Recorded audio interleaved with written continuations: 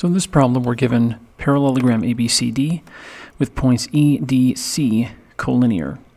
AE is perpendicular to EC, FG is perpendicular to BC, FG has a length of 60, AE has a length of 24, and the perimeter of ABCD is 182.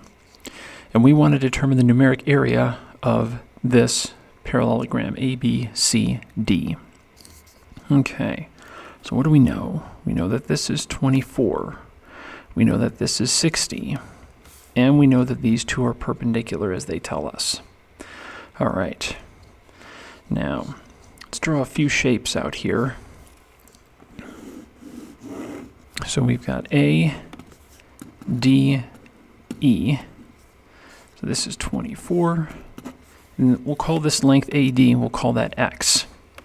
Now, AD is one of the four sides of this parallelogram. So this side and this side are both X. Now, the problem tells us that the entire perimeter is 182. Now, in a parallelogram, opposite sides are congruent. So that means two sides have to add up to 91. So that means this side up here, AB, has to be 91 minus X. Now, this side, this length, GF, we can move it up and down along this, and it would still maintain a length of 60.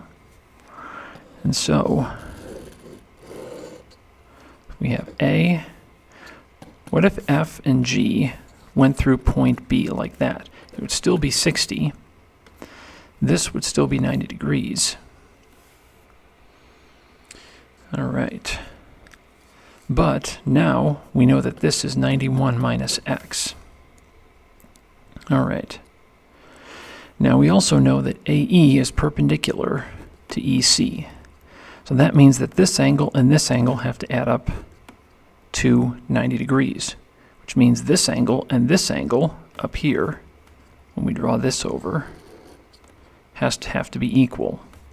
So this angle is congruent to this angle, and so what we have is we have two similar triangles.